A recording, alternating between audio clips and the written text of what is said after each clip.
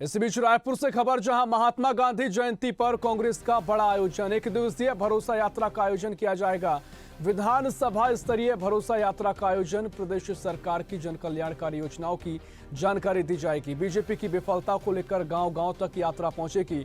मुख्यमंत्री भूपेश बघेल को राजनांदगांव का जिम्मा, उप मुख्यमंत्री टीएस सिंहदेव को रायगढ़ और सरगुजा की जिम्मेदारी दी गई है। पीसीसी चीफ दीपक बैज बस्तर और कांकेर पहुंचेंगे। ये खबर आपको बता रहे हैं, जहां महात्मा गांधी की जयंती पर कार्यक्रम का आयोजन किया जाएगा। और इसी खबर पर और भी जानकारी के लिए रायपुर से हमारे सहयोगी हिमांशु पटेल हमारे साथ और भी जानकारी के लिए लाइव जुड़ गए हैं। हिमांशु, यहां पर कांग्रेस महात्मा गांधी की जयंती पर एक बड़ा आयोजन करने जा रही है, यात्रा की शुरुआत करेगी। किस तरह की यात्रा रहेगी, क्या उद्देश्य इस यात्रा का रखा गया है? देखिए सब छत्तीसगढ़ में अब चुनाव कुछ महीने बाकी है और ऐसे में सभी जो राजनीतिक पार्टियां हैं वो लगातार जो है यात्रा के जो बलबूते पर सरकार बदलने का प्रयास है, सरकार या सत्ता पाने का प्रयास है, वो लगातार यहाँ पर करता हुआ दिखाई दे रहा है।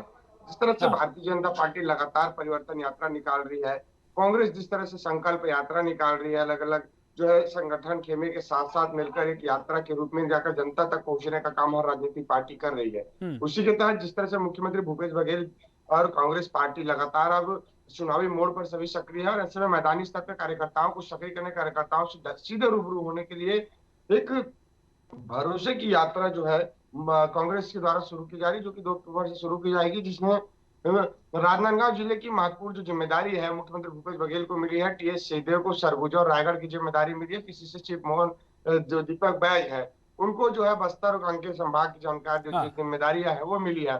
निश्चित तौर पर इस यात्रा का मकसद यही है कि सरकार की जितनी योजनाएं हैं, सरकार की जितनी उपलब्धियां हैं, जिसको सरकार मानती है कि इसकी बड़ी उपलब्धियां सरकार यही रही है, उन तमाम जो दावों को, उन तमाम जो है योजनाओं को लेकर जनता तक पहुंचेंगे। साथ ही जिस तरह से केंद्र सरकार किस तरह से रोड़ा आ रहा था इनके तमाम जो प्रोजेक्ट को लेकर के है या योजनाओं को लेकर के है, सरकार किस तरह से जो है आड़े आई है, उसको लेकर जनता के सामने जाएंगे। साथ ही जिस तरह से भारतीय जनता पार्टी के द्वारा कितनी जो भ्रष्टाचार को लेकर लगातार आरोप प्रत्यारोप का दौर दोनों पार्टियों के बीच चलता है, और ऐसे में उन तमाम चीजों को भी बीते दिनों लोग भाजपा के जो है काले कारनामे जैसी चीजों को लेकर एक पुस्तक विमोचन भी किया था। तो कुल मिलाकर जनता के बीच जाने का सीधा सीधा प्रयास है।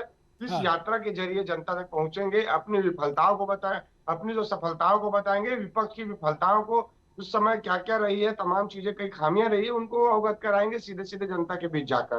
तो देखने वाली बात होगी ऋषभ की ये यात्रा कितना बदलाव है छत्तीसगढ़ में लाएगी। जी, ऐसी ही खबरों के लिए हमें लाइक करें, शेयर करें, फॉलो करें और यूट्यूब पर सब्सक्राइब करें और बेल आइकन दबाना ना भूलें। साथ ही ताजा अपडेट्स के लिए हमारी वेबसाइट स्वदेशलाइव.com पर जरूर जाएं।